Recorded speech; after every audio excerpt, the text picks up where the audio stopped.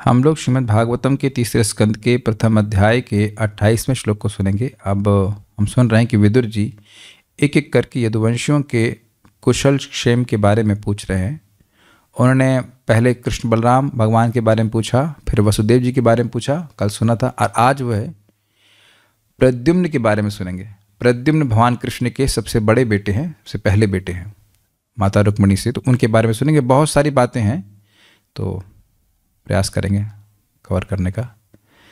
कश्चिद् वरुथाधिपतिर्यदूनां प्रद्युम्न आस्ते सुखमंगवीरः यं रुक्मणी भगवतोऽभिलेभे आराध्य विप्रान् स्मरमादिसर्गे।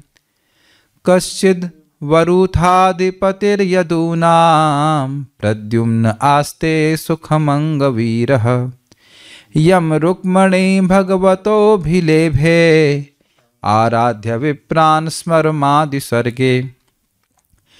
कश्चिद् वरुथाधिपतिर्यदूनां प्रद्युम्न आस्ते सुखमंगवीरः यम रुक्मणी भगवतोऽभिलेभे आराध्य विप्रान् स्मरमादिसर्गे।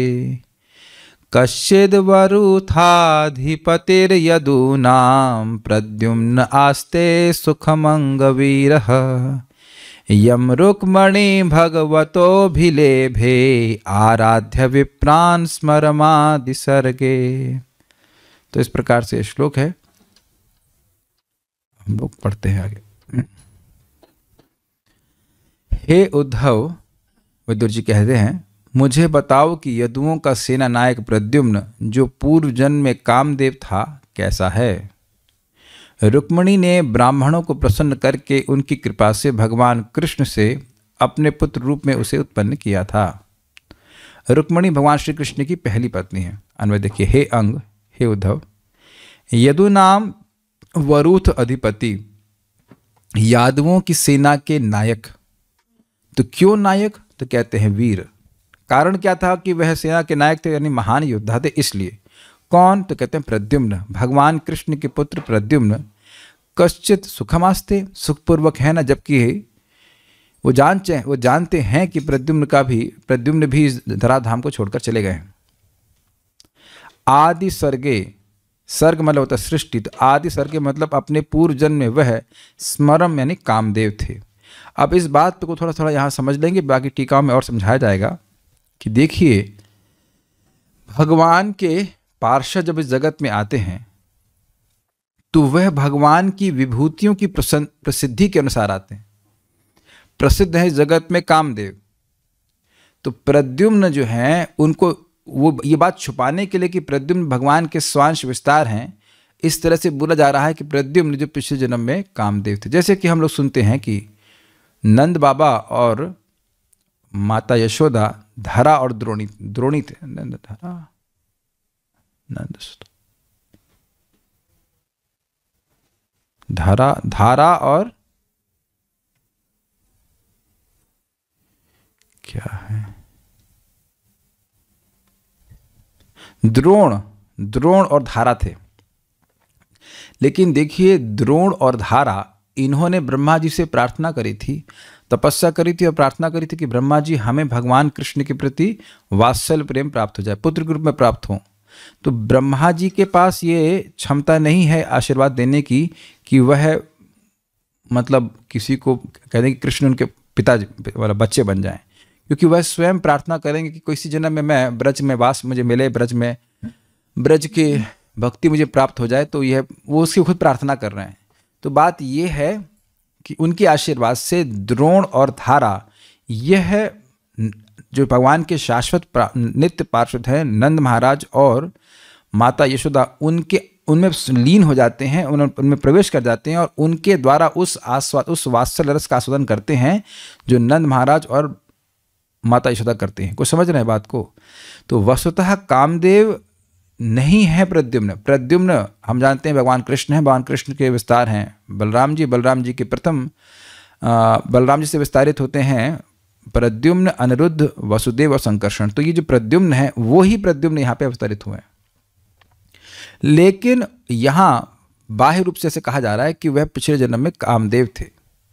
कामदेव जो कि शिव जी के द्वारा जला दिए गए थे, वह प्रद्युम्न के रूप, प्रद्युम्न ने लीन होकर प्रकट हुए। पहले वह प्रवेश करते हैं वासुदेव में, भगवान कृष्ण में, और उसके बाद उनके द्वारा वह प्रद्युम्न के रूप में प्रकट होते हैं। प्रद्युम्न के रूप में प्रकट होते हैं मतलब प्रद्युम्न जो भगवान के स्वांश विस्तार है उनमें लीन होकर वो प्रकट होते हैं। ये कई बार हम सुनेंगे तथ्यों को कि एक ही व्यक्ति में दो लोग हैं, एक ही व्यक्तित्व में दो प्रकार के लोग हैं। मैंने बताया था ना, श्लोक थोड़ा सा देखने में सिंपल लग रहा है लेकिन इतना सिंपल है नहीं। जैसे रामानंद, जैसे हरिदास ठाकुर जी हैं तो वह प्रहलाद महाराज के भी अवतार हैं और ब्रह्मा जी के भी अवतार हैं। तो इसी प्रकार से यहाँ पे हैं तो प्रद्युम्न विष्णु तत्व, भाई जो कामदेव हैं वो हैं जीव तत्व। विष्णु तत्व को तो शिव जी नहीं जला सकते हैं। तो ये समझना नहीं चाहिए कि अरे प्रद्युम्न को भगवान ने, शिव जी ने कैसे जला दिया, क्यों जलाया उसको मैं आगे समझाऊंगा, लेकिन जला दिया था। तो शिव जी ने कामदेव को जला दिया था, लेकिन वो कामदेव अब उनके पास रूप नहीं था, इसीलिए उनको अनंग कहते हैं, जिनका अंग ना हो अर्थात उनका देह ना हो। तो अब उनको स्थूल देह प्राप्त करना था, मतलब ग्रॉस फॉर्म कह सकते हैं। तो अब उनको दोबारा देह प्राप्त करने के लिए भगवान कृष्ण में प्रकट हुए और भगवान प्रवेश किए, और भगवान कृष्ण में के द्वारा जब प्रद्युम्न प्रकट हुए, यानी कि विष्णु तत्व प्रकट हुए, विस्तारित हुए इस जगत में, तो वह रुक्मिणी के द्वारा, तो वह प्रद्युम्न के शरीर में प्रवेश किए हुए थे। शरीर से मेरा तो मतलब उनके स्वरूप में, प्रद्युम्न का स्वरूप तो चिन्ह में है। ओपनिंग समझ में आई है, ऊपर से गया सब कुछ।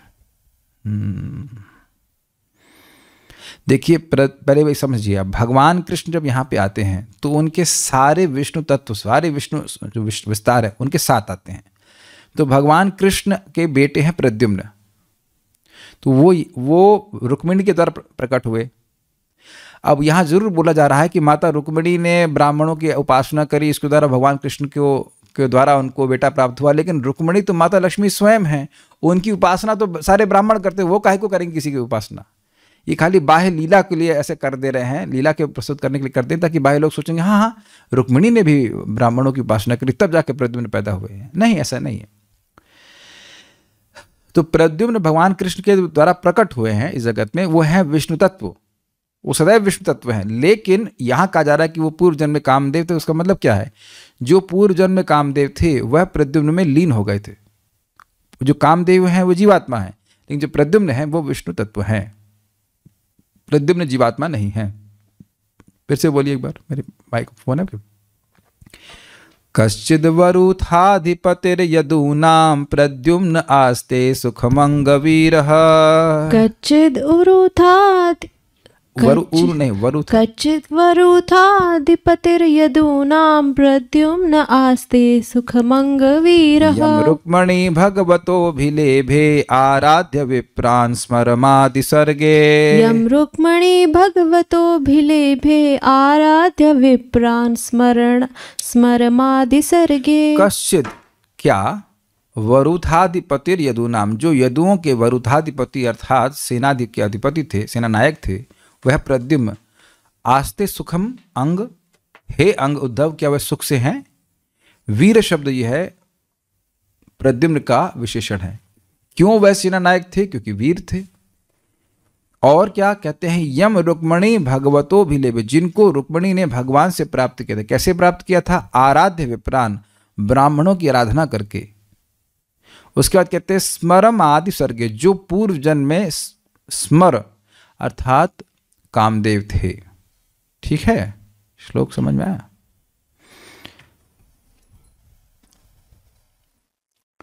श्रीधरी वरुथाधिपति सेनापति को कहते हैं। प्रद्युम्न जी पूर्व जन्म में कामदेव थे। ये बाह्य रीति से सीधा समय बात बता रहे हैं। ब्राह्मणों की आराधना, यानी प्रद्युम्न जी में जो एक अंश कामदेव का था वह पूर्व जन्म में कामदेव थे। ब्राह्मणों की आराधना करके रुक्मिणी जी ने श्री कृष्ण भगवान से पुत्र के रूप में उनको प्राप्त किया था। इससे पहले हम आगे बढ़े, ये बात समझा देनी होगी कि भाई ये कामदेव जी क्यों शिव जी ने भस्म करा, क्यों? शिव जी की तपस्या को भंग करने के लिए कामदेव गए थे, उनको भेजा गया था, और शिव जी व्यथित भी हुए उनके बाणों से, तो उनके तीसरा नेत्र खुल गया और उस अग्नि से कामदेव जी जल के भस्म हो गए। ये बात थी। तो उनको अब शरीर प्राप्त नहीं था, वो सूक्ष्म रूप में घूम रहे थे। तो अब वह उनको शरीर प्राप्त करना था, तो वह प्रद्युम्न के रूप में शरीर प्राप्त किए। ठीक है। क्रम संदर्भ, भगवान के व्यूह रूप प्रद्युम्न भी कंदर्प हैं, क्योंकि लेकिन तो भौतिक कंदर्प नहीं है। यह वर्णन कृष्ण संदर्भ में विद्यमान है। ये 6 संदर्भ 6 संदर्भ श्रीला जीव गोस्वामी पाद ने लिखे हैं और उसमें वर्णन करते हैं। जो मूल कंदर्प है, जैसे भगवान कृष्ण को बोलते हैं कंदर्प कोटि कमनीय विशेष शुभम, मूल कंदर्प भगवान कृष्ण है। तो उनके विस्तार प्रद्युम्न को भी कंदर्प कहा जाता है। इसलिए कहें कि जो पूर्व जन्म में समर्थ थे, तो वो अर्थ ये भी है कि वह असली कंदर्प तो वही हैं, और यहाँ जिस कंदर्प के बारे में बात कर रहे हैं, इनको जला दिया गया था, वो हैं भौतिक कंदर्प कामदेव। सारार्थ दर्शनी, विकल होने के कारण विदुर जी ने ये प्रश्न उचित क्रम से नहीं पूछे। पहले भगवान कृष्ण बलराम के बारे में पूछा, उनके पिताजी के बारे में पूछा, पिता के बाद माता के बारे में पूछना चाहिए, लेकिन पिता के बाद माता के बाद नहीं पूछ रहे हैं। पिता के बाद भगवान कृष्ण के बेटे के बारे में पूछ रहे हैं, निपोते के बारे में पूछ रहे हैं। उनको जो स्मरण आ रहा है, वो जिसका स्मरण आता जा रहा है उसके बारे में पूछते जा रहे हैं। विकल होने के कारण विदुर जी ने ये प्रश्न उचित क्रम से नहीं पूछे, चूंकि उद्धव उनसे कनिष्ठ थे। वरुधाधिपति अर्थात सैनिकों के अधिनायक अपने पूर्व जन्म में स्मरम अर्थात कामदेव थे।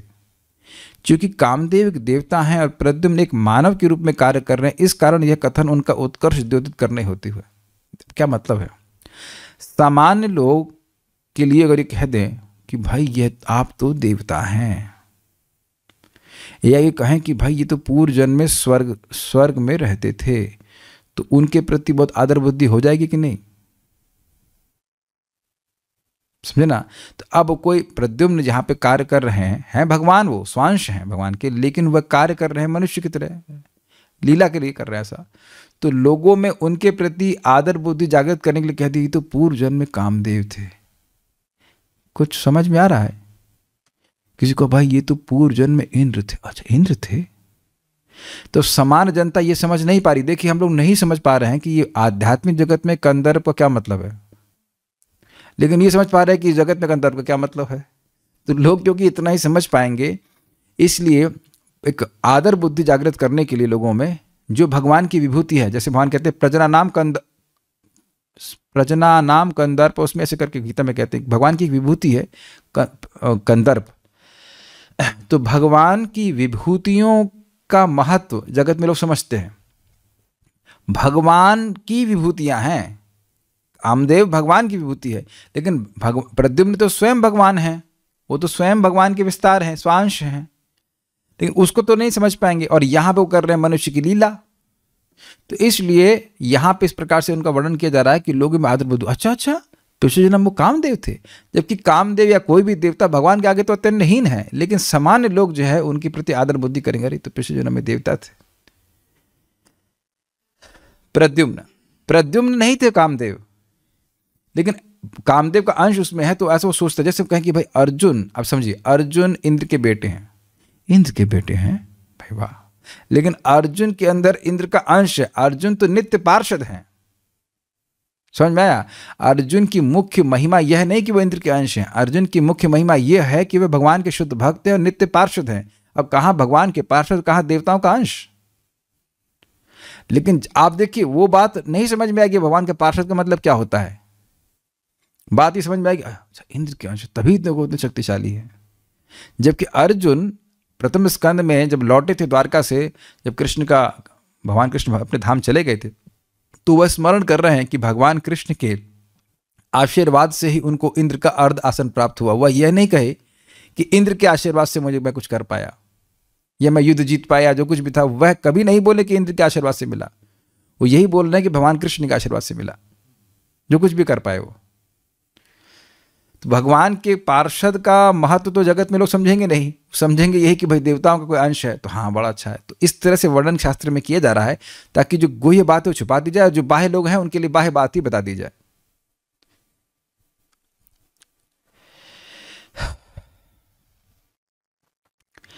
देखिए जब पांडवों के प्रति दुर्योधन आदि अत्याचार कर रहे थे, तो क्या उनको समझ में आ रहा था कि भगवान के पार्षद हैं?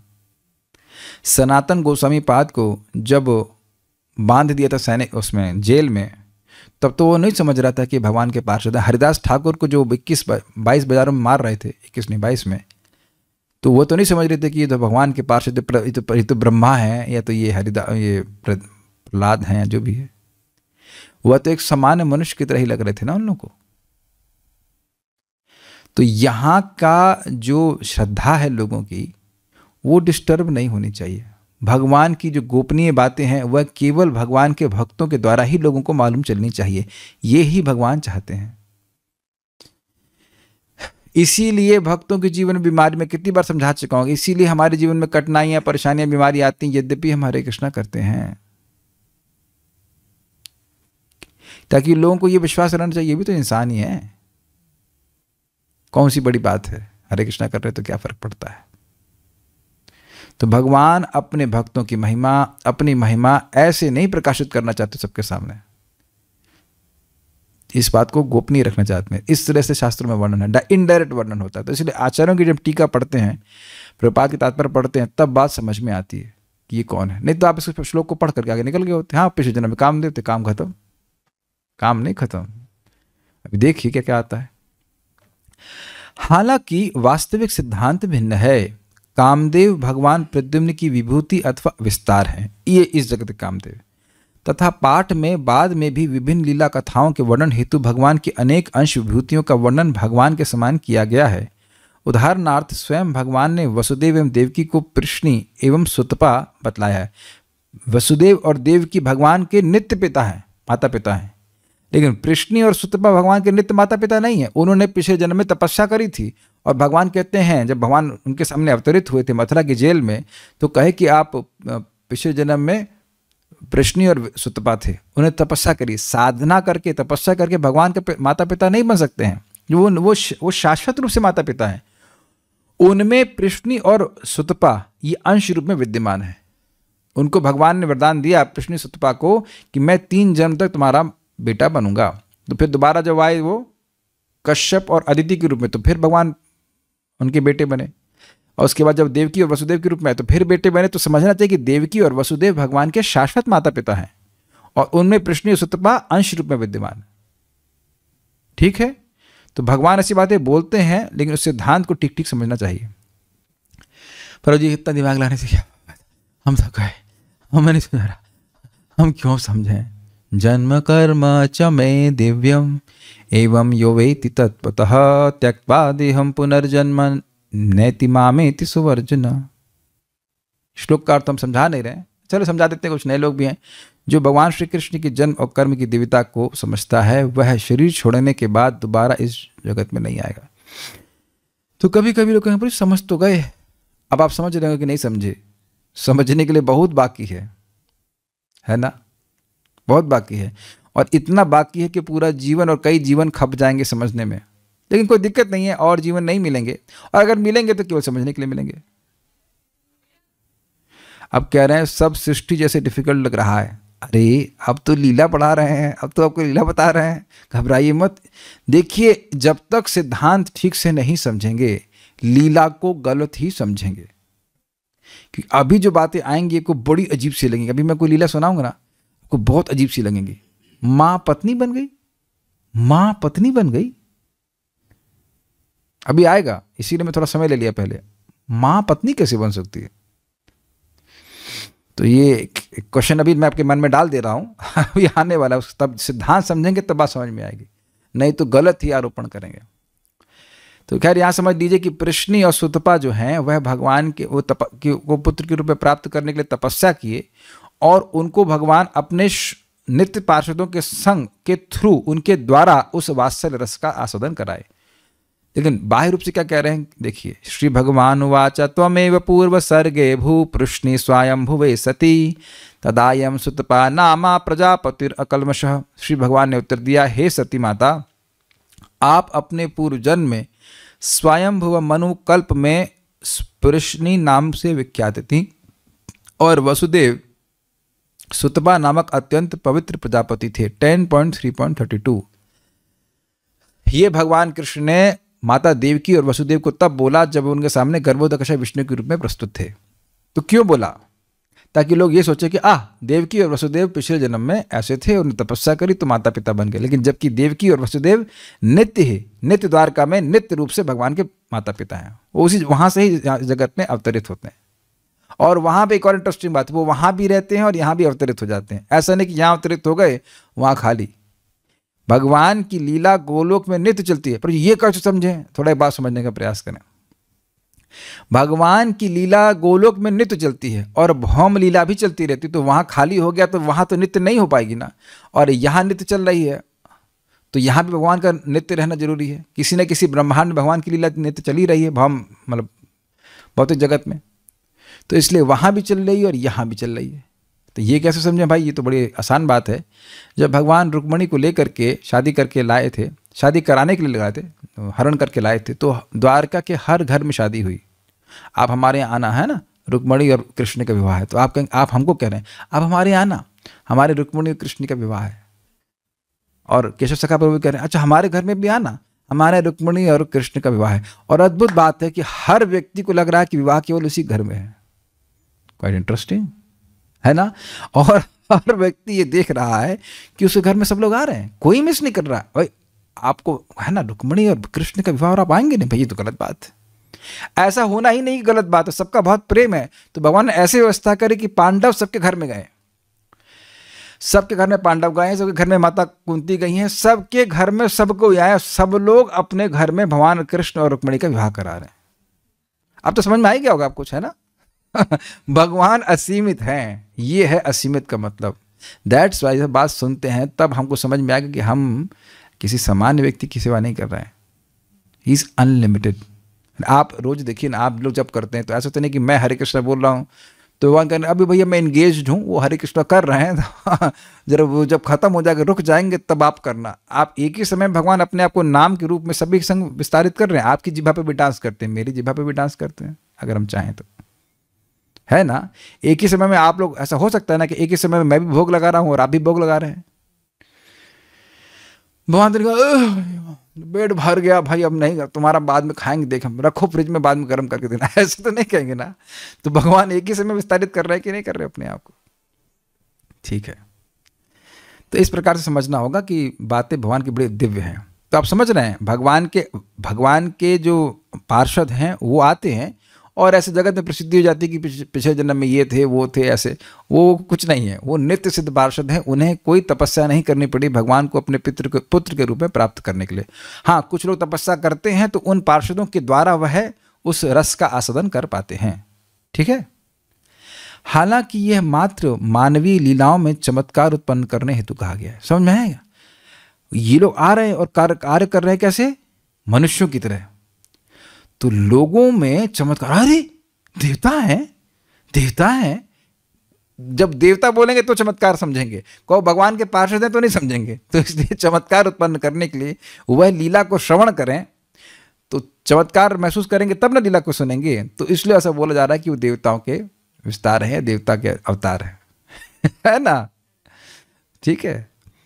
तथा इसी प्रकार इस वर्तमान श्लोक में यह कथन है कि पूर्व में प्रद्युम्न कामदेव थे और श्लोक 30 में यह कथन कि माता जाम्बवती ने कार्तिकेय को अपने पुत्र के रूप में प्राप्त करने हेतु तपस्या की थी। तो इसका यथावत अर्थ नहीं लिया जा सकता, क्योंकि जाम्बवती एवं रुक्मणी आदि भगवान की स्वरूप शक्ति हैं। वो उनके आश्रय में सारे ब्रह्मा हैं। वो किसके लिए, वो क्यों तपस्या करेंगे किसी के लिए, वो क्यों आराधना करेंगी। एवं देवताओं को पुत्र रूप में प्राप्त करने हेतु उन्हें साधना करने की आवश्यकता नहीं है। तो देखिए, समझने का प्रयास कीजिए। जब कुछ गोही अर्थ लिया जा रहा है या सेकेंडरी मीनिंग लिया जा रहा है, उसका कारण क्या है? जब प्रकट अर्थ लॉजिकल ना लगे, युक्ति युक्त ना लगे, तब इस प्रकार का अर्थ लिया जाता है ना। ये युक्तिपूर्ण नहीं है ना कि लक्ष्मी देवी स्वयं किसी देवता की आराधना करें। वो क्यों करेंगी बताइए? वो नहीं करेंगे। जो जिनकी कृपा कटाक्ष से सारे देवता समृद्ध होते हैं, वह किसी की पूजा क्यों करेंगी? तो इसलिए अर्थ ठीक ठीक समझना होगा कि वह ऐसा नहीं कि रुक्मणी देवी को ब्राह्मणों की उपासना करने की जरूरत पड़ी। वो मनुष्य की लीला कर रही तो ऐसा वो करते हुए दिख रही। तात्पर्य, श्रील जीव गोस्वामी के अनुसार स्मर यानी कामदेव भगवान कृष्ण के नित्य संगियों में से है, अर्थात मूल कामदेव प्रद्युम्न। इसकी व्याख्या उन्होंने अपने भाष्य कृष्ण संदर्भ में विस्तार से की है। अब हम एक नोट पढ़ रहे हैं, उसके बाद लीला सुनाएंगे। श्री शुक उवाच कामस्तु वासुदेवांशो दग्धा प्राग प्राग उग प्राग रुद्रमन्युना देहोपत्ते भूयस्तमेव प्रतिपद्यत। ये है 10.55.1।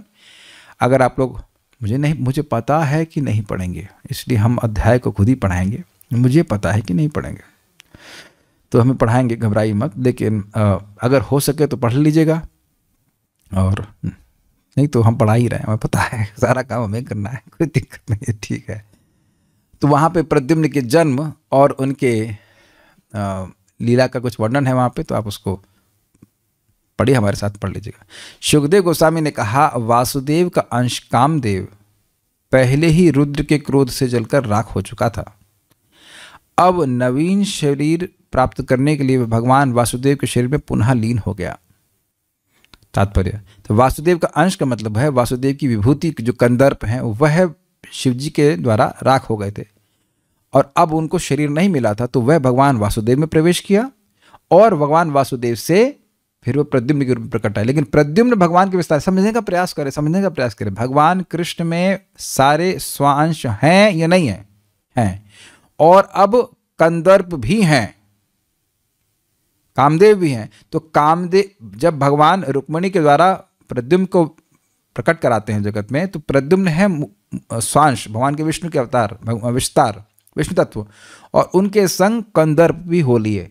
अब तो क्लियर हो रहा है, समझ आ रहा है? भगवान कृष्ण में जो स्वयं रूप कृष्ण है जो प्रकट हुए, वह उनमें प्रद्युम्न भी है। प्रद्युम्न के सारे विष्णु तत्व उनके साथ में है, तो प्रद्युम्न तो वैसे प्रकट होते ही, और साथ में कंदर्प भी थे, तो कंदर्प प्रद्युम्न के साथ प्रकट हुए। अब तो समझ में आ रहा होगा, अंश रूप में। तात्पर्य, श्री जीव गोस्वामी ने कृष्ण संदर्भ में गोपाल तापनी उपनिषद का निम्नलिखित 2.40 यह श्लोक यह सिद्ध करने के लिए उद्धृत किया है कि कृष्ण तथा रुक्मिणी के पुत्र प्रद्युम्न वही प्रद्युम्न हैं जो भगवान कृष्ण के शाश्वत चतुरंगी स्वांशों अर्थात चतुर्व्यूह में से एक सदस्य, यानी भगवान कृष्ण से बलराम जी से प्रथम चतुर्व्यूह अर्थात प्रद्युम्न, अनिरुद्ध, वसुदेव, संकर्षण, तो वही प्रद्युम्न यहाँ प्रकट हुए। यत्रासौ संस्थितः कृष्णस्त्रिभिः शक्त्या समाहितः रामानुरुद्ध प्रद्युम्नै रुक्मण्या सहितो विभो। द्वारका में सर्वशक्तिमान एवं पूर्ण शक्तियों से समन्वित भगवान कृष्ण अपने 3 अंशों बलराम, अनिरुद्ध तथा प्रद्युम्न समेत रह रहे थे। Is it okay? तो यहां पे जो रुक्मिणी के पुत्र हैं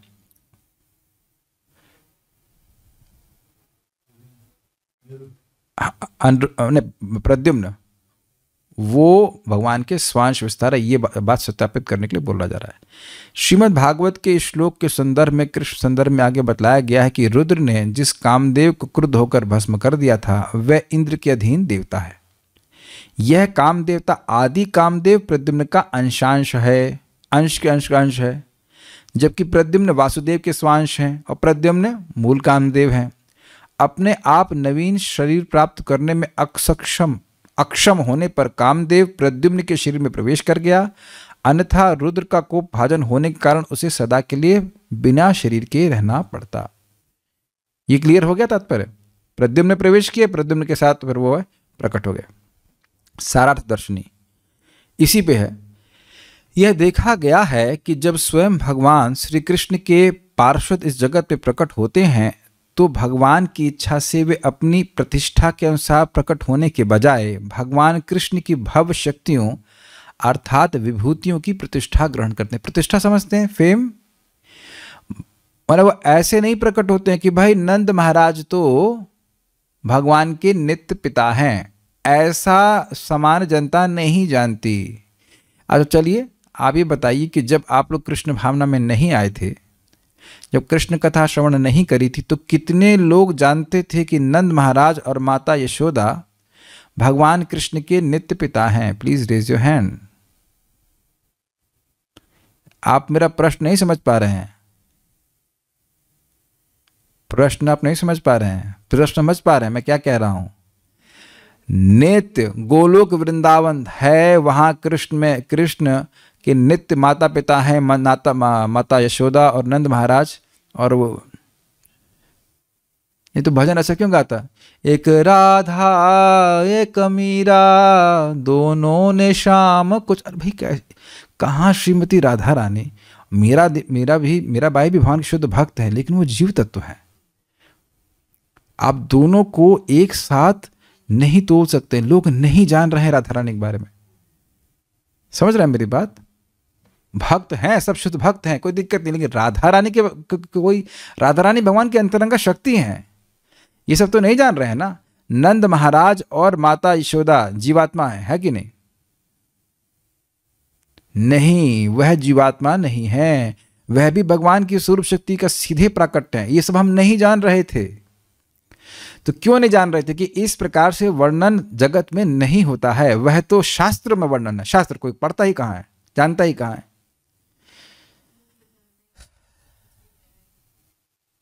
एक भक्त कह रहे नित्य का मतलब ही नहीं पता था। ये बात भी है, हम भी नित्य हैं ये पता नहीं, क्योंकि हम लोग नित्यबद्ध हैं, नित्य रूप से पता नहीं था। तो आप समझने का प्रयास कीजिए कि यहाँ पे यहाँ का मतलब इस जगत में ये प्रसिद्धि नहीं है। नंद बाबा की प्रतिष्ठा इस प्रकार से नहीं है कि वह भगवान के शाश्वत पिता हैं या भगवान के नित्य पार्षद हैं। कहाँ पता है लोगों को? तो लोग यही समझेंगे कि हाँ ये तो द्रोण और धारा थे जो कि भगवान ने तपस्या करी और भगवान बलराम जी के आशीर्वाद, ब्रह्मा जी के आशीर्वाद से उन्हें भगवान कृष्ण के माता पिता होने का सौभाग्य प्राप्त हुआ। ये आगे दशम स्कंद में आप और स्पष्ट सुनेंगे, लेकिन ऐसा है नहीं। तो सब वही बातें हैं। तो वह ऐसे प्रकट होते हैं जो भगवान की विभूतियां अर्थात देवता, उनकी प्रतिष्ठा है जगत में, उनको लोग जानते हैं, तो उनके नाम से ऊपर आते हैं। मतलब इनके विस्तार है, उनके विस्तार ऐसे करके। नो, अर्जुन तो इंद्र के अंश है, इंद्र के विस्तार है। भीम तो वो मतलब वायुदेव के अवतार है। तो कहाँ वायुदेव और कहाँ नित्य द्वारका के पार्षद भीम? अंतर हो गया ना थोड़ा सा। ठीक है, ऐसा इसलिए कहा जाता है ताकि भौतिकतावादी मनुष्य ऐसा संदेह ना उठाए और भक्ति की गोपनीय प्रकृति की रक्षा होती रहे। ये कंसेप्ट को आप लोग समझते हुए चलिएगा। ये बार बार आएगा, बार बार आएगा। भगवान का नाम सारे कर्म ध्वस्त कर देता है, फिर भी लोगों का शरीर चलता रहता है, भक्तों का शरीर चलता रहता है। क्यों? ताकि भक्ति की गोपनीयता इस जगत में बनी रहे। क्यों भक्त भी हरे कृष्णा करना छोड़ देते हैं?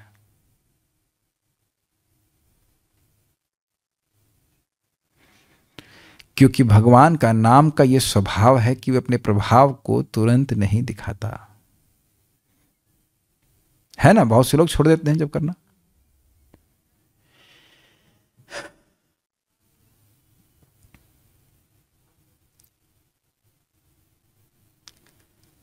कितने, अभी आप सुने ना मथुरा महात्म्य में कि कोई व्यक्ति obviously unless you have to some service धाम को छोड़ करके बाहर जा रहा है तो वह निश्चित रूप से मेरी माया से प्रभावित है। पढ़ा था कि नहीं? मैं अपने मन से तो नहीं बोल रहा, कोई व्यक्तिगत आक्षेप तो नहीं कर रहा हूं। नहीं सुनने से हमें महिमा क्योंकि प्रकट दिखती नहीं है, इसलिए हम समझ नहीं पाते। बार बार आप सुनेंगे समझेंगे तब उस बात को ग्रहण कर पाएंगे। मैं कितनी बार इस बात को रिपीट कर रहा हूँ क्योंकि भगवान भी चाहते हैं कि भक्ति की जो गोपनीयता बन रहे। आप पढ़ते चलेंगे, आप दिखाऊंगा मैं, इसमें लिखा हुआ इतनी ज़्यादा, मतलब भगवान की कृपा सूक्ष्म है कि भक्तों को भी समझ में नहीं आती। हमारे मित्र हैं रामकृष्ण प्रभु, तो वो एक बात बड़ी अच्छी बोले आनंद प्रभु को कोट करते हुए कि भाई यहाँ धाम में रहने का बहुत बड़ा फायदा ये है कि अब 24 घंटे भक्ति हो रही है ना। धामवास एक पांचवा महान साधन है, केवल रहना। तो अब आपको लग रहा है कि यहां जो बीड़ी पी रहा है वह भी धामवास कर रहा है। मैं ये नहीं कह रहा हूं कि धामवास करते हुए बीड़ी पियो, लेकिन बीड़ी भी कोई पी रहा है तो भी रह तो धाम में ही रहा है ना। धाम का तो अपना प्रभाव होगा ना। जैसे इंडक्शन पे कुछ भी डाल दीजिए गर्म होगा ही, वहां रख दीजिए, बटन दबा दीजिए, वो उसकी वेव्स तो जाती ही रहेंगी ना। एक्सरे रूम में कोई भी कभी भी जाएगा, कहीं पे भी जाएगा, कैसा भी व्यक्ति हो, चाहे एक्सरे में जाके बीड़ी पिए और चाहे एक्सरे जाके कुछ भी नहीं करे, कहाँ जाके फल खाए, तो भी उसको एक्सरे का प्रभाव तो पड़ेगा ना। क्या प्रमाण है प्रभु जी, क्या प्रमाण है जरा बताइए? कालिया, ये तो अग्नि अंदर ले रहा है, कालिया तो अग्नि बाहर छोड़ रहा था, वो भी जहर वाली अग्नि, फिर भी उसका धार हुआ। तो कहते कोई तो हम उसका कर्म नहीं देख रहे हैं। तो भक्तों ने बताया इस प्रकार से कि धाम में रह रहा था इसलिए भगवान के चरण की रच प्राप्त हुई। तो अब एक भक्त हमारे कैसे सका प्रभु बड़ी दुखी आज है सामने, तो हम बोल रहे हैं प्रभु जी बड़ा चलना पड़ता है, बड़ा चलना पड़ रहा है, बड़ी सैर हो रही है, बहुत चलना पड़ता है। तो अब दूसरे भक्त उनको बोले, हम भी बोले थे उनको, और दूसरे भक्त भी बोले कि भाई यहाँ तो चलने मात्र से वैकुंठ जाने की योग्यता प्राप्त हो जा रही, तो आपका जो भाग्य भगवान निर्माण कर रहे हैं कि भाई प्रभु जी के पास धन है लेकिन अब बाइक नहीं चला सकते तो चलो पैदल सिर्फ साइकिल भी नहीं चला सकते, कार चलाने के लिए यहाँ पे जाम लगा है तो कार नहीं चला सकते। तो अब देखिए ये भगवान आशीर्वाद दे रहे हैं लेकिन आप परेशान हो रहे थे। अब जब सुने अच्छा वैकुंठ जाए तो ठीक है चलो और चल लेता हूँ, कोई है ना, इज इट नॉट? क्योंकि देखिए समझने का प्रयास कीजिए ना आप ना, मुझको हमको प्रकट नहीं दिखाई पड़ता है कि हम चल रहे हैं तो उधर वैकुंठ का वो उधर बुकिंग हो गया, ऐसा कुछ भी नहीं। पर प्रकट प्रभुपाद जी बोले ना गुरु कृपा प्रभु को, वो इस मंदिर को बनाने के लिए धन लेके आ रहे थे, तो प्रभुपाद ने कहा कि तुम यहाँ मंदिर बना रहे हो और भगवान कृष्ण गोलोक में तुम्हारे लिए घर का निर्माण कर रहे हैं, मैं यह देख सकता हूं। तो आप देखिए कि श्रवण ही सब कुछ आधार है, श्रवण आधार है। और भगवान भी यही चाहते हैं कि जब तक लोग भगवान के भक्तों के मुख से न सुने वो कुछ समझ ही ना पाए। इसीलिए तो भगवान कह रहे हैं तद विधि प्रणिपाते न परिप्रश्ने न सेवया उपदेक्ष्यन्ति तद ज्ञानम ज्ञानिनस् तत्वदर्शिना। जो तत्वदर्शी शास्त्र को समझते हैं, भगवान के भक्त हैं, वह ज्ञान दे पाते। समझ रहे हैं बात? अरे प्रभु जी हम तो धाम में जाकर सो रहे हैं, तो ये भी तो सुना है ना कि जो बाहर बहुत अच्छे से भजन कर रहा है और यहाँ आकर सो रहा है तो सोने वाला श्रेष्ठ है। और बाहर रह के हम क्या फायदा कर सकते हैं? वृंदावन भारतवर्ष में रह करके 33,000 साल तक आप जो पुण्य कमाएंगे वह वृंदावन की स्मरण मात्र से मिल जाता है। हमने पढ़ा था मतलब महात्म में, अपने से हम कुछ नहीं कह रहे हैं, तो मैं सब बातें क्यों कह रहा हूं? भगवान की भक्ति की महिमा है, लेकिन भगवान इसको गोपनीय रखना चाहते हैं जगत में। तो कहेंगे आप एक बात बोलिए, भगवान कह रहे हैं भक्ति का प्रचार करो और दूसरी तरफ कह रहे हैं गोपनीय रखो। हाँ, दोनों ही बातें हैं। जो लोग भगवान के भक्तों के संपर्क में ना आए उनके लिए अंधकार ही रहे, और जो भगवान के भक्तों के संपर्क में आए उनसे सुने तो उसके लिए प्रकाश हो जाए। ये भगवान चाहते हैं। ठीक है, चाहते हैं प्रचार हो, लेकिन हो ऑथोराइज्ड व्यक्तियों के द्वारा ही। तो उम्मीद है कि सारी बातें समझ में आ रही होंगी, बैलेंस कर पा रहे होंगे। तो इसीलिए लोग भाई भगवान के पार्षदों के बारे में ना सोचे, हाँ यदुवंश का नाश तो वो गांधारी के शाप से हो गया, गांधारी के शाप से हो गया, यदुवंश का नाश हो गया। देखो कृष्ण अपने वंश को नहीं बचा पाए, देखो गड़बड़ किया ना उन्होंने, महाभारत के पॉलिटिक्स करी ना, देखो उनका कुल भी नष्ट हो गया। तो ये बात लोग भगवान चाहते हैं कि अगर ऐसे लोग मानना चाहते हैं तो लोग मानते ही रहे। ये चीज है, क्योंकि वो ऐसा मानना चाहते हैं तो भगवान ऐसी सुविधा प्रदान करते हैं कि तो मानते रहो ऐसे। जानिए कृष्ण का वध किसने किया, असली वीडियो, असली कथा नहीं, वो सब नकली कथा, क्योंकि वे परंपरा में नहीं। समझ गए ना बात, क्यों रखते हैं भगवान गोपनीय? यह स्वयं कृष्ण ने 11वें स्कंद में उद्धव से कहा है, परोक्षवादा ऋषयः परोक्षम मम च प्रियम। वैदिक ऋषि और मंत्र गुण शब्दों में व्यवहार करते हैं और मैं भी ऐसे गोपनीय विवरण से प्रसन्न होता हूं। श्रीमद् भागवत 11:21-35। तो यहां देखिए गोपनीय तरीके से बताया गया कि स्मर, तो स्मर का मतलब क्या हुआ? कामदेव। लेकिन प्रद्युम्न मूल कामदेव है, वह कोई जीव तत्व नहीं है जो कि कांदर्प के रूप में प्रकट होते हैं, कोई देवता नहीं है। इस प्रकार द्रोण नामक वसु यानी कृष्ण की विभूति एक देवता है, नंद में विलीन हो गए, स्पष्ट समझ में आ रहा है। और द्रोण की पत्नी धारा यशोदा में विलीन हो गए, उसके द्वारा उन्हें वात्सल्य रस का आस्वादन किया। वसु नाम का देवता उद्धव बन गया। अब आपको याद हो कुछ समय पहले हमने श्लोक पढ़ा था, उसमें था प्राकतनयम बृहस्पति प्राकतनयम प्रतीतम सवासुदेवानुचरम प्रशांतम बृहस्पति प्राकतनयम प्रतीतम। सुना था? तो किन उद्धव जी को देखा? जो कि वासुदेव के अनुचर थे, जो प्रशांत थे और बृहस्पति के पूर्व शिष्य थे। तो अब यहाँ पे ऐसा जो प्रतीत वहाँ पे बताया गया था कि पहले वह कभी एक देवता रहे होंगे, तो यही बोले कि वसु नाम का देवता उद्धव बन गया। तो उद्धव जी भगवान के नित्य पार्षद हैं, नित्य द्वारका में रहते हैं, भगवान के संग अवतरित होते हैं। तो जब अवतरित हो रहे हैं तो वसु नाम के देवता अंश रूप में उनमें प्रवेश कर गए, तो इसलिए उद्धव जी को पूर्व कोई देवता भी कहा जा रहा है, जो वसु नाम के देवता हैं। ध्यान दीजिएगा, यहाँ पे एक है वसु और दूसरे हैं वसु नाम के देवता। वसु देवता की एक पोस्ट है, 8 वसु होते हैं। उन 8 वसुओं में से एक वसु के अवतार थे भीष्मदेव। और एक वसु हैं द्रोण। तो द्रोण उत्पन्न हुए हैं नंद महाराज के द्वारा, और भीष्मदेव वसु दूसरे वसु हैं। लेकिन यह जो उद्धव देव जो हैं उनमें वसु नाम का देवता आया है, वसु नहीं है, वसु नाम का देवता। हे भगवान, ये 8 वसु से अलग है। इंद्र अर्जुन बन गया तो अर्जुन नित्य पार्षद और इंद्र के अंश उनमें आ गए। यमराज विदुर बन गए और कार्तिकेय सांब बन गए। सांब जो हैं वो हैं जाम्बवती के बेटे, लेकिन सांब वस्तुतः भगवान के नित्य पार्षद हैं, उसमें कार्तिकेय का अंश हो गया। तो अब प्रश्नों का भाई देवता आ ही क्यों रहे हैं? तो दशम स्कंद की शुरुआत में आप सुन लेंगे, भगवान कहेंगे कि मैं अवतरित होऊंगा, तुम देवता लोग सब अपने अंशों के संग यदुवंश में अवतरित हो। अब समझ में आ गया? ठीक है। यहां तक कि स्वयं सर्वोच्च भगवान भी अपने पूर्ण अंश की महिमा के माध्यम से प्रकट होते हैं, अर्थात अपने किसी विष्णु स्वरूप के द्वारा प्रकट होते हैं, जो वास्तव में उनके प्रकट होने पर उनमें विलीन हो जाते हैं। आते हैं अपने विष्णु तत्व के रूप में, लेकिन वो उन भगवान कृष्ण में वही तत्व फिर विलीन हो जाते हैं। जैसे भगवान इस बार क्षीरोदकशा विष्णु के रूप में आए थे, चतुर्भुज रूप में आए, फिर कृष्ण रूप में प्रकट हो गए। तो ये प्रकट हो गए मतलब द्विभुज रूप जो हो गया वह उसमें चतुर्भुज रूप विलीन हो गया।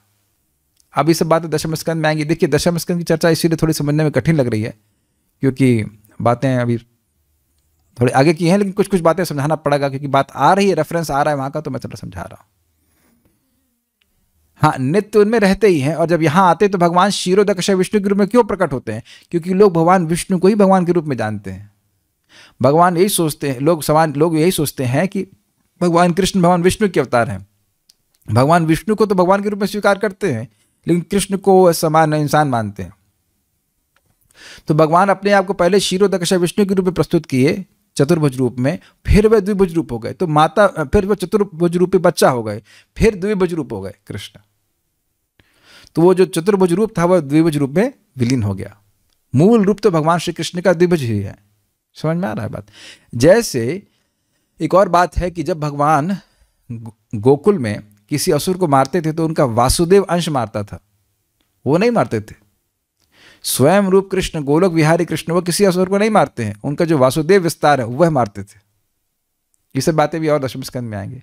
अरे इतने कृष्ण कॉम्प्लिकेटेड है? कॉम्प्लिकेटेड नहीं है, he is unlimitedly amazing, unlimitedly amazing.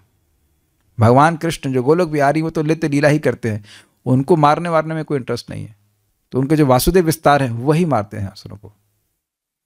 Golok में किसी असुर को मारना थोड़ा ना पड़ता है, वहां तो बस पास टाइम लीला चल रही है। ये भी लीला है मारने की, लेकिन मारने की लीला जो है वो भगवान के वासुदेव अंश करते हैं। नेक्स्ट, उदाहरण के लिए कभी कभी वैकुंठ के भगवान आते हैं और वासुदेव के घर में जन्म लेते हैं, जैसे मैंने अभी आपको बताया क्षीरोदकशा विष्णु के रूप में। और कभी कभी भगवान वामन होते हैं, या कभी कभी ऋषि नारायण या क्षीरोदकशा विष्णु होते हैं। तो आप समझ सकते हैं ये अलग अलग कल्प में अलग अलग रूप से होता है। हर बार भगवान वसुदेव जी के यहाँ पे, इस पर ही मिस्टेक है, वासुदेव नहीं होना चाहिए, वसुदेव होना चाहिए। वसुदेव के घर में जन्म लेते हैं तो हर बार वसुदेव के घर में वह क्षीरोदकशा विष्णु के रूप में नहीं लेंगे, कभी नारायण के रूप में ले सकते हैं, कभी वामन के रूप में लेंगे, और उसके बाद भगवान कृष्ण अपने आप को प्रकट करते हैं। लेकिन ब्रह्मा जी के दिन में एक बार होता है।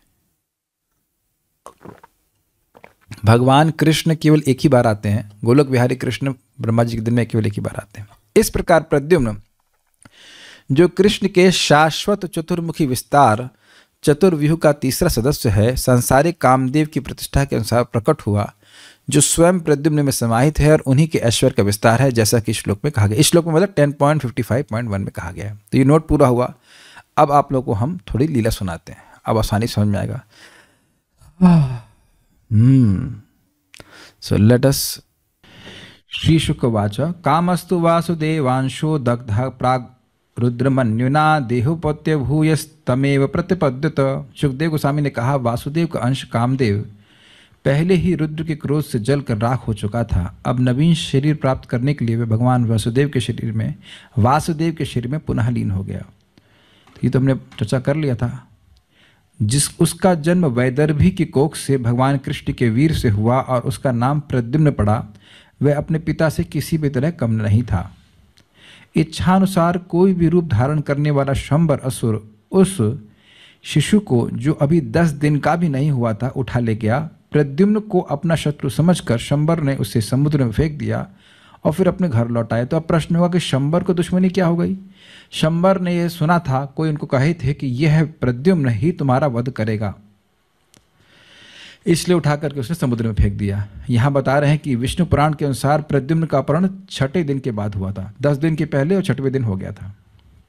प्रद्युम्न को एक बलशाली मछली निगल गई और यह मछली अन्य मछलियों के साथ मछुआरों द्वारा एक बड़े से जाल में फंसाकर पकड़ ली गई।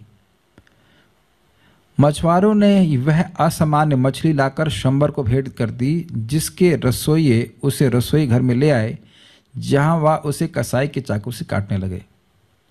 मछली के पेट में बालक को पाकर रसोइयों ने यह बालक मायावती को दे दिया। देखिए, शंबर को नहीं दिए। देख रहे हैं भगवान की लीला। जिसको भगवान को जिससे मरवाना होगा वो मरवा ही लेंगे। शंबरासुर को नहीं दिए। कितनी आश्चर्यजनक घटना हुई, लेकिन शंबरासुर को खबर नहीं किए, दे दिए मायावती को, जो चकित रह गई। तब नारद मुनि प्रकट हुए और उन्होंने उससे बालक के जन्म तथा मछली के पेट में उसके प्रवेश की सारी बातें कह सुनाई। किससे कही? किससे कही? नहीं समझा रहा? मायावती। देखिए, शंबरासुर ने बच्चे को फेंक दिया समुद्र में, समुद्र में मछली खा गई, मछली को मछुआरों ने पकड़ लिया, पेट फाड़ा और उसके बाद मछुआरा नहीं फाड़ा, मछुआरों ने वहाँ के शंबरासुर के सेवकों ने उस मछली को खरीद लिया और उसके बाद उसको फाड़ा तो उसमें से बच्चा निकला। तो वो बच्चा मायावती को दे दिया, जो कि वहाँ पे शंबरासुर क्या नौकरी करती थी। ठीक है, शंबरासुर को नहीं दिए। Who is Mayawati? यूपी की अरे सुनो तो सही, अट्टा धीर मत हो भाई, धैर्य रखो, सा निश्चय धैर्यात। अब कौन है जरा से की? वस्तुतः मायावती कामदेव की सुप्रसिद्ध पत्नी रति थी, पिछले जन्म की। उनका दोबारा जन्म नहीं हुआ है, रति का जन्म दोबारा नहीं हुआ है। रति का जन्म मायावती क्यों पड़ा वो बताएंगे, लेकिन वह प्रसिद्ध थी रति के रूप में। वह अपने पति द्वारा नवीन शरीर प्राप्त करने की प्रतीक्षा में थी, क्योंकि उसके पति का पिछला शरीर भस्म कर दिया गया था। मायावती को शंबर द्वारा तरकारियां तथा चावल पकाने का काम सौंपा गया था। मायावती समझ गई थी कि यह शिशु वास्तव में कामदेव है, अतएव वह उससे प्रेम करने लगी थी। कि यहाँ प्रेम कर रही है माता की तरह, ठीक है, बच्चे का पालन पोषण कर रही है। अब तात्पर्य देखिए, श्रीला विश्वनाथ चक्रवर्ती ने इस कथा की व्याख्या इस प्रकार की है। जब कामदेव का शरीर जलकर राख हो गया तो रति ने कामदेव को दूसरा शरीर प्रदान करने के लिए शिवजी की आराधना करी। शंबर भी आशीर्वाद प्राप्त करने के लिए शिवजी के पास आया था। उन्होंने उसे पहचान लिया और कहा कि पहले तुम आशीर्वाद मांगो। रति को देखकर शंबर कामवश हो गया, अतः उसने कहा कि वरदान में वह रति को चाहता था। आया था कुछ और मांगने के लिए, लेकिन अब रति को मांगने लगा।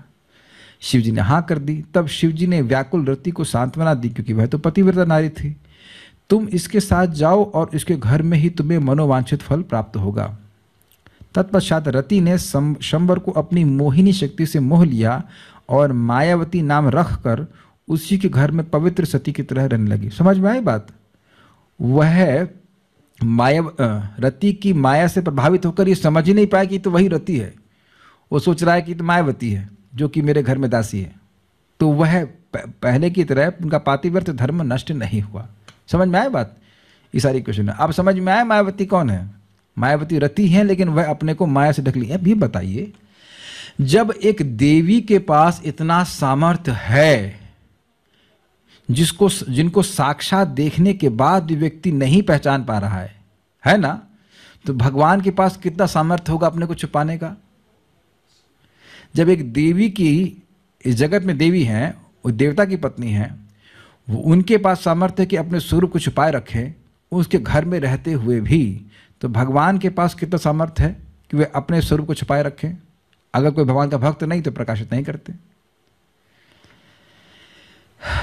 कुछ काल बाद कृष्ण के इस पुत्र प्रद्युम्न ने पूर्ण यौवन प्राप्त कर लिया। ये एक अजीब इक्वेशन है। ऐसा है ना, 25-26 साल नहीं बीते, बहुत जल्दी ये युवावस्था को प्राप्त कर गए।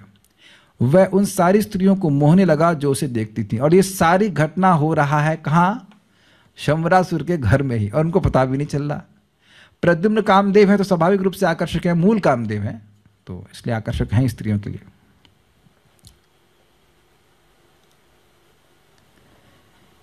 हे राजन, सलज्ज हास तथा मोह भौं ताने मायावती जब प्रेम पूर्वक अपनी पति के पास पहुंची तो उसने दाम्पत्य आकर्षण के विविध संकेत प्रकट किए। अब कॉन्जुगल अट्रैक्शन हो रहा है उनका, एक पत्नी की तरह देख रही हैं।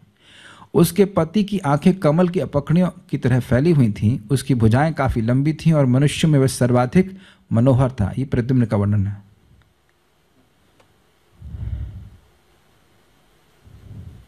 मायावती प्रद्युम्न के प्रति अपना दाम्पत्य आकर्षण असली पहचान प्रकट होने की काफी पहले से प्रकट कर रही थी। स्वाभाविक है कि इसके प्रारंभ में कुछ भ्रम उत्पन्न हुआ, जैसा कि अगले श्लोक में वर्णन हुआ है। भगवान प्रद्युम्न ने उससे कहा, हे माता, तुम्हारे मनोभाव बदल रहे हैं। देखा, मैंने बताया था ना कि आप सिद्धांत नहीं समझेंगे तो बात समझ में नहीं आएगी। हे माता, तुम्हारे मनोभाव बदल गए हैं, तुम मातोचित भावों को का अतिक्रमण कर रही हो और एक प्रेयसी की भांति आचरण कर रही हो। तो अब अगर सिद्धांत नहीं समझेंगे तो ये कितनी गर्हित बात लगेगी, कितनी गंदी बात है कि माता है और प्रेयसी की तरह कार्य कर रही है। तो रतिरुवाच, रति ने कहा, आप भगवान नारायण के पुत्र हैं और शंबर द्वारा अपने माता पिता के घर से हर लिए गए थे। हे प्रभु, मैं आपकी वैध पत्नी रति हूं क्योंकि आप कामदेव हैं। तो अब ये किनसे रिलेट कर रही हैं? वो जो कामदेव देवता हैं उनसे रिलेट कर रही हैं। वो समझ रहे हैं कि वही, ये क्या समझ रही हैं कि ये भगवान विष्णु के अंश, विष्णु नहीं है, ये तो समझ रही हैं कि कामदेव हैं जो मेरे पति थे, वही अब भगवान के बेटे के रूप में अवतरित हुए। अंश नहीं समझ रही हैं, वो ये समझ रहे हैं कि मेरे पति जो देवता कामदेव थे वही भगवान के बेटे के रूप में अवतरित हुए। वो ये नहीं समझ रहे कि ये स्वांश विस्तार है। तो जब क्या है वो मुह्यंती ये तो सूर्य, जब भगवान की लीला के द्वारा देवता भी मोहित हो जाते तो हम कौन सी खेत की मूली के? देख लीजिए, मायावती भी खुद माया में है, ये नहीं समझ पा रही कि तो भगवान के स्वांश विस्तार है। ये नहीं कह रहे हैं कि आप भगवान हैं, कह रही भगवान नारायण के पुत्र हैं। शब्द देख लीजिएगा आप। उस शंबर असुर ने, जबकि आप अभी 10 दिन के भी नहीं थे, आपको समुद्र में फेंक दिया और मछली आपको निगल गई। तत्पश्चात हे प्रभु, हमने इसी स्थान पर आपको मछली के पेट से प्राप्त किया। आप अपने अत्यंत दुर्धर्ष तथा भयानक शत्रु का वध कर दें। यद्यपि यह सैकड़ों प्रकार से जादू जानता है, किंतु आप उसे जादू तथा अन्य विधियों से मोहित करके हरा सकते हैं। और ये जादू भी, ये माया जो जादू अभी यूज करेंगे प्रद्युम्न, ये भी मायावती ही इनको देंगी। अब बताइए, मायावती सोच रही थी बच्चा बड़ा हुआ है अभी हमारे सामने, भले ही हमारे पति हैं इस समय तो उनके पास कोई विद्या है नहीं, तो वो विद्या स्वयं ही देंगी, जबकि भगवान को क्या विद्या दोगी तुम? तो यहाँ पे भी वो मनुष्य की ही लीला कर रहे हैं। पूछ रहे हैं ये कैसे हो रहा है देवी की, आप पहले माता की तरह कार्य कर रही थी और प्रेसी की तरह, क्या भगवान को कुछ पता नहीं है? बताइए। ठीक है, अपना पुत्र खो जाने से बेचारी तुम्हारी माता तुम्हारे लिए कुररी पक्षी की भांति विलख है। वह अपने पुत्र के प्रेम से उसी तरह विभूत है जिस तरह अपने बछड़े से विलग हुई गाय। सुखदेव गोस्वामी ने आगे बताया, इस प्रकार कहते हुए मायावती ने महात्मा प्रद्युम्न को महामाया नामक योग विद्या प्रदान की, जो अन्य समस्त मोहिनी शक्तियों को विनष्ट कर देती है। समझ में आ रहा है कि देने की जरूरत क्या थी? भगवान लीला कर रहे हैं इस प्रकार से। जब देवता भी मोहित हो रहे हैं तो फिर क्या कहा जाए? प्रद्युम्न शंबर के पास गया और विवाद बढ़ाने के लिए उसे असह्य अपमानजनक बातें कहकर युद्ध करने के लिए ललकारा। मतलब उसको मारने के लिए गए, इसलिए चिढ़ाए उसको, क्या हो युद्ध करो, गाली दिए होंगे। इन कटु वचनों से अपमानित होकर शंबर पांव से कुचले गए सर्प की भांति विक्षुब्ध हो उठा। वह हाथ में गदा लेकर बाहर निकल आया। उसकी आंखें क्रोध से लाल थीं। शंबर ने तेजी से अपनी गदा घुमाई और इसे चतुर प्रद्युम्न पर फेंक दिया, जिससे बिजली कड़कने जैसी तीव्र आवाज उत्पन्न हुई। जैसे ही शंबर की गदा उड़ती हुई भगवान प्रद्युम्न की ओर आई, उन्होंने अपनी गदा से उसे दूर छिटका दिया। तब हे राजन, प्रद्युम्न ने क्रुद्ध होकर शत्रु पर अपनी गदा फेंकी।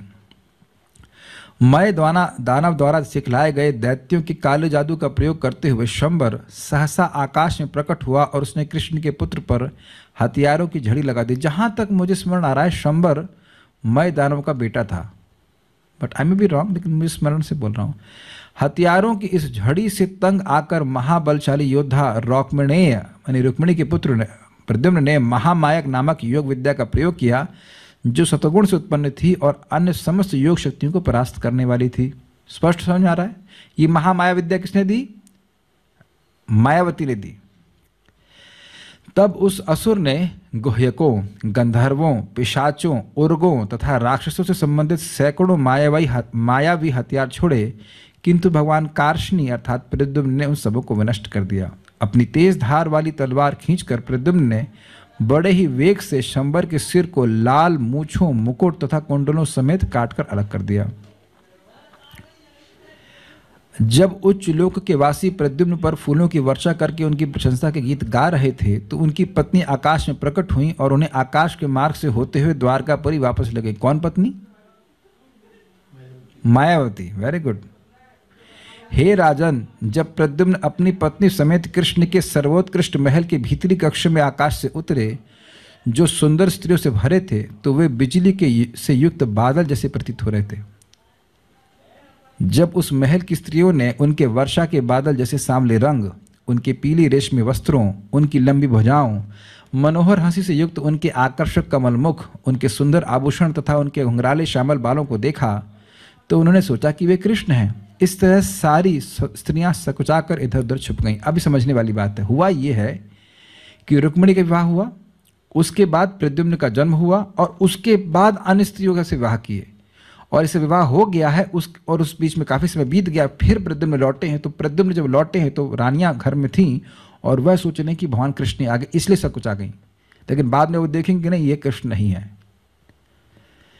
धीरे धीरे उनके पास कृष्ण के वेश में धीरे धीरे उनके तथा कृष्ण के वेश में कुछ कुछ अंतरों से स्त्रियों को लगा कि वे भगवान कृष्ण नहीं हैं। वे अत्यंत प्रफुल्लित एवं चकित होकर प्रद्युम्न तथा उनकी प्रेयसी स्त्री रत्न के पास आई, अर्थात मायावती के पास आई।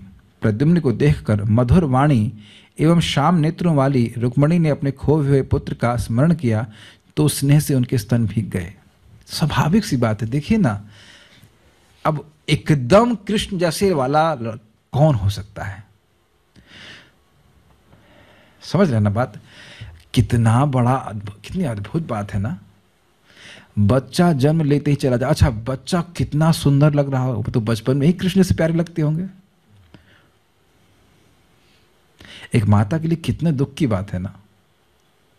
और उनके दूसरे पुत्र भी हैं, उनके 10 पुत्र, हर रानी के 10 पुत्र हैं, लेकिन ये पहला बड़ा पुत्र चला जाए, इतना सुंदर, एकदम कृष्ण जैसे दिखने वाले। तो एकदम उनको यही लगा कि उनको देख करके उनके वात्सल्य भाव उनके मन में आ गया कि ये तो कहीं मेरा लड़का तो नहीं है।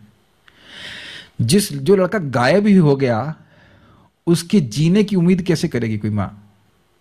10 दिन का बच्चा कितना असहाय होता है। वैसे तो ये भगवान है, लेकिन फिर भी स्वाभाविक रूप से मानवीय दृष्टि से देखें तो अब कोई होप ही नहीं है कि बच्चा वापस आएगा। नहीं आता ना। 10 दिन का बच्चा खो जाए तो कैसे, कोई लेके चला जाए तो कैसे कोई उम्मीद करेगा? तो कितना अद्भुत है ना इस लीला में। श्रीमती रुक्मिणी देवी ने कहा, पुरुषों में रत्न यह कमल नेत्रों वाला कौन है? यह किस पुरुष का पुत्र है और किस स्त्री ने इसे अपने गर्भ में धारण किया? और यह स्त्री कौन है जिसे उसने अपनी पत्नी बनाया है? यदि मेरा खोया हुआ पुत्र जो प्रसूति गृह से हर लिया गया था अब भी कहीं जिंदा होता, तो वह इसी नवयुवक की ही आयु तथा रूप का होता। किंतु यह कैसे है कि यह नवयुवक अपनी शारीरिक रूप अथा अपने अंगों, अपनी चाल तथा अपने स्वर और अपनी हंसी युक्त दृष्टि में मेरे स्वामी शारंगधर कृष्ण से इतनी समानता रखता है? ये कैसे हो रहा है? हाँ, यह वही बालक हो सकता है जिसे मैंने अपने गर्भ में धारण किया था, क्योंकि इसके प्रति मुझे अतीव स्नेह का अनुभव हो रहा है और मेरी बाईं भुजा भी फड़क रही। बाईं भुजा स्त्रियों की जब फड़कती है तो उसको शुभ कहा जाता है। तो काफी एक्साइटमेंट है भगवान कृष्ण की लीला में।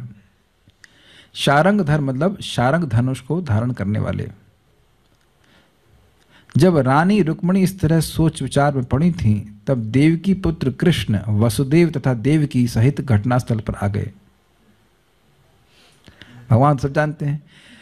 यद्यपि भगवान जनार्दन ये भली बातें जानते थे कि क्या हुआ, किंतु वे मौन रहे। तथापि नारद मुनि ने शंबर द्वारा बालक के अपहरण से लेकर अब तक की सारी बातें कह सुनाई। एक भक्त पूछ रहे थे कि उद्धव जी भगवान के मंत्री हैं, तो मतलब क्या प्रश्न था आपका कि उद्धव जी मंत्री हैं तो क्या प्रश्न था, फिर से रिपीट कीजिए। अच्छा प्रश्न था। तो भगवान ऐसे उनसे प्रंतरण लेते हैं या क्या था प्रश्न? भगवान तो सब जानते हैं, तो फिर भगवान ने उद्धव जी से ये मंत्रणा क्यों ली कि हाँ, अब आप सब देख रहे हैं। तो यहाँ तो भगवान सब जान रहे हैं। ये देखिए भगवान कितने अद्भुत हैं। उनका ही बच्चा चुरा लिया गया है, उनको पता है कि वो कहाँ पे है, लेकिन रुक्मिणी को नहीं बता रहे। कोई पति करेगा ऐसा? पहला बच्चा है उनका, बड़ा सुंदर बच्चा है, लेकिन अब वो चुप। और अच्छा अब ये बताइए, कई बार लोग कहते हैं हम तो हर एक उसका कर रहे हैं, तो हमको ये परेशानी क्यों आ रही है कि नाम में शक्ति नहीं है? तो ये बताइए कि क्या भगवान में शक्ति नहीं है? तो कह भगवान के होते हुए भी एक असुर उनके बच्चों को कैसे लेके चला गया? तो फिर लीला कैसे होगी? फिर ये सब बात पढ़ेंगे कैसे आप बताइए? फिर लीला होती ही कैसे? सारा एक्साइटमेंट कैसे आता? ड्रामा कैसे होता? और नारद मुनि आकर समझा रहे हैं, देखिए ऐसा हुआ, ऐसा हुआ, ऐसा हुआ, ऐसा हुआ। ऐसा लग रहा है नारद जी को पता है, भगवान को कुछ नहीं पता। ये है। जब भगवान कृष्ण के महल की स्त्रियों ने इस अत्यंत आश्चर्यमय विवरण को सुना तो उन्होंने बड़े हर्ष के साथ प्रद्युम्न का अभिनंदन किया, जो वर्षों से खोए हुए थे किंतु अब इस तरह लौटे थे मानो मृत्यु से लौट आए हों। तो स्पष्ट है, प्रसूति ग्रह का बच्चा खोया हुआ कैसे आ सकता है जिंदा? देवकी, वसुदेव, कृष्ण, बलराम तथा महल की सारी स्त्रियों, विशिष्टया रानी रुक्मिणी ने तरुण दंपति को गले लगाया और आनंद मनाया। कौन तरुण दंपति? मायावती यानी रति और प्रद्युम्न। यह सुनकर कि खोया हुआ प्रद्युम्न घर आ गया है, द्वारकावासी चिल्ला उठे, ओह विधाता ने इस बालक को मानो मृत्यु से वापस आने दिया। तो देखिए, इतना हल्ला करवाने के लिए भगवान सब कार्य करते हैं। खूब हल्ला होते रहना चाहिए, भगवान की बात होती रहनी चाहिए।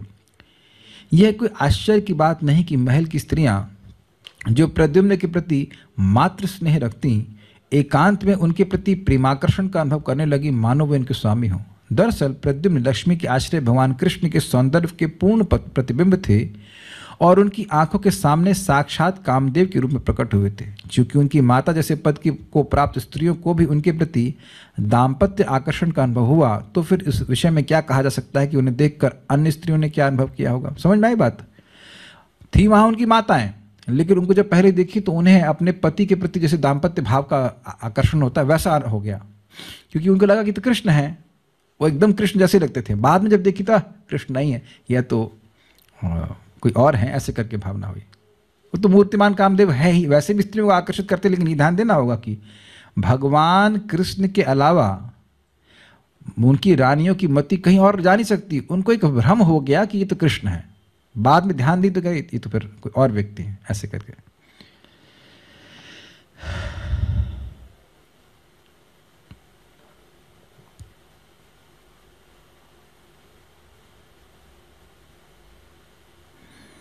इस प्रकार ये अध्याय समाप्त हुआ। तो आप लोगों ने समझा प्रद्युम्न जी कौन है और कुछ बात समझ में आई होगी। तो यहाँ रुकते हैं। कोई प्रश्न यहाँ पे किसी भक्त का है तो मैं एक बार देख लेता हूँ ना। हाँ, एक प्रश्न है भक्त का, अच्छा प्रश्न है। ये लैपटॉप बंद हो जाएगा तो यहीं रुकते हैं, ये गर्म हो गया somehow, so we'll stop here. It's becoming